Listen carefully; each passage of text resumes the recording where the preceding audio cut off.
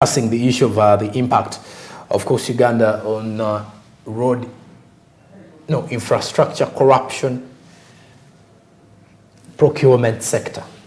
Yes, I would want to get these things right. Now, let's look at the way forward in regards to creating at least a better, or streamlining a better road user, and also talk about safety platform for the Ugandans who are using these roads and the infrastructure in general. Okay, so public procurement in Uganda takes 60%, around approximately 60% of the national budget annually. That is a lot of money, and a lot is being sunk into, the biggest chunk goes into public procurement for infrastructure projects. And so we need to strengthen the level of citizen engagement on the monitoring bit, and we can only do this if we have people informed. So we will go ahead promoting disclosure of information and also making information user-friendly for the citizens and all stakeholders to use to engage with duty bearers on delivering better value infrastructure. And we have a business plan. We launched a business plan for the next 5 years last year in November, thanks to our champion ministry and our host institution, AFIC, for the support, and our Coast International Office for the support in the development of this business plan. And promoting transparency and accountability is one of our major objectives. And under this, we will be championing publication of infrastructure data and then making it more user-friendly. And we conducted an assessment, an update of our scoping study of 2017, and we were asking stakeholders what should we focus on in the next 5 years. And most of them recommended that we need to get to the citizens more. Okay. So in the next 5 years, the initiative will be going more to the citizens, to speak with the citizens, create platforms, the barazas. The baraza approach is going to be very much emphasized in all our work, so that citizens have the spaces to speak with their leaders. Interestingly enough, our platforms are never politicized. Okay. So politicians of all walks of life and public officials come to the Coast Initiative platforms to speak about the issues that are affecting the local person. Okay. And there is no politics in our events, and we can assure all stakeholders that our events are independent, and people will come to speak the issues that affect them, and strategize measures of how to address the issues. So citizen engagement will be one of our core issues, and of course we'll do that majorly using our assurance process, because it's the one that gives us issues to discuss.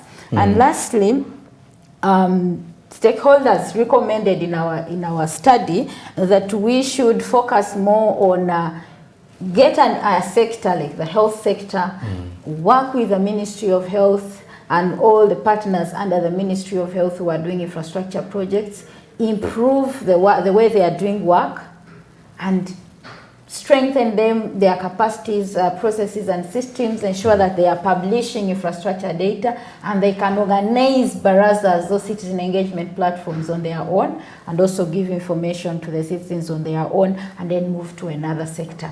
So at the moment, we are working on 10 projects under Ministry of Health, and these we have UGIFT projects where we're having upgrade of health center 2s to health center 3s. We piloted a few sites that we're working on, and the East African Labs projects, which is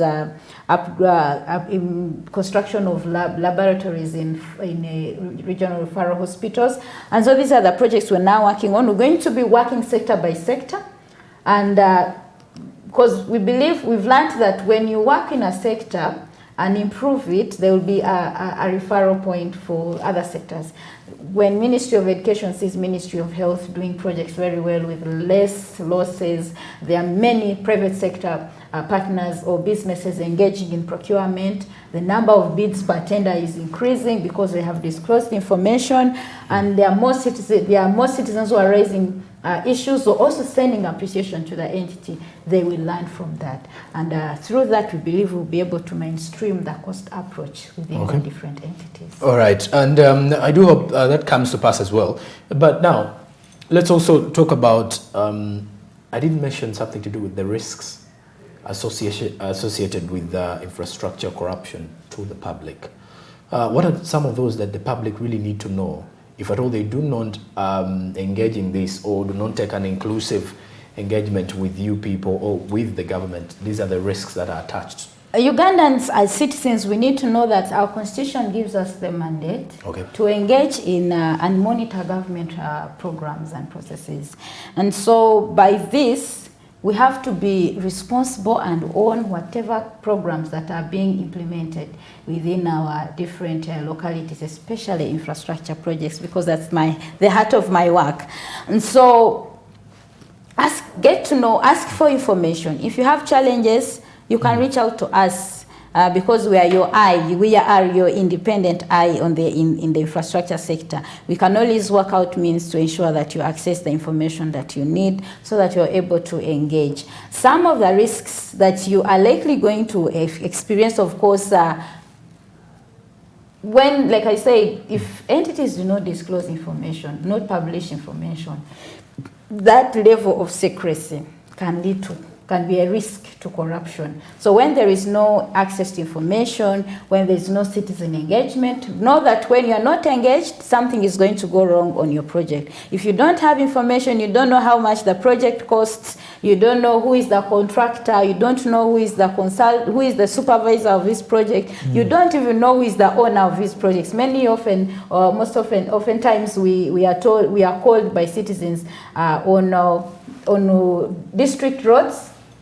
They have issues on district roads, and yes, these roads belong to UNRA. So you need to know who is the entity that is managing or constructing a particular project. And you can only know that if you engage or attend the barazas. I am aware that entities do organize some of these engagements, but citizens do not turn up. Why do you think so? The interest, the perceptions, the attitude. People there's a lot of apathy. They've given up. They think, even if I go, I won't change anything. But my brothers and sisters, your presence there can turn a stone. So I encourage us all to be interested. Let us not give us on our own. Because if you don't attend the event, you have a child who is going to use that road going to school. Sure. What will happen to the child? How do you feel when we are maintaining projects each now and again? I come from Fort Porto. Okay. But there is a new road there. Recently I went and they are maintaining again. They are repairing. They are patching the road. And this is a new road. Probably maybe people were not engaged. Okay. And so they did not monitor. Maybe there was a mistake in the construction process. Maybe something missed. But if you were there to know and to observe, you would have raised an alarm to UNRA. Okay.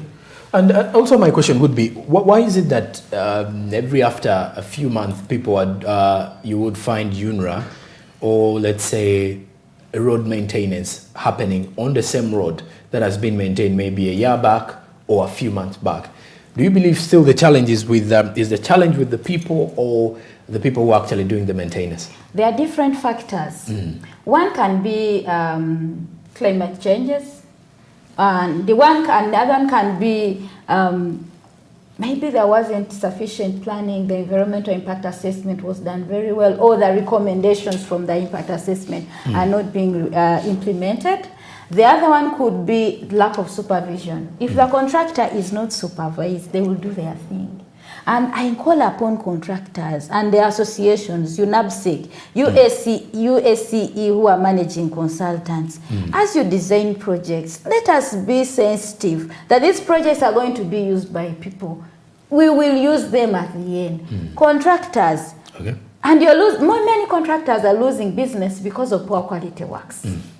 Why? But do you believe they're losing it, or is it because they're given less money? There are issues. Okay. And some of them in our studies, they have indicated that they are oftentimes subjected to pay percentages to government officials, to public officials, and in the long run, this affects the amount of money the contractor is remaining with to actually deliver the work. There are the issues of delayed payments, and these are some of the risks to corruption. Why are you delaying the payment? Of someone who's going to maintain the road. And then for projects that are being implemented by local contractors, our national fellow Ugandans, they lack capacity, of course. They don't have enough sufficient equipment, they don't have sufficient human resource. But there are measures. We recently released a study on factors affecting private sector entities from engaging with government. Of course, number one was corruption and bribery issues. Number two, delayed payments. Number three, of course, they themselves agreed that they lack the capacity, especially the local funds. And we were promoting joint ventures.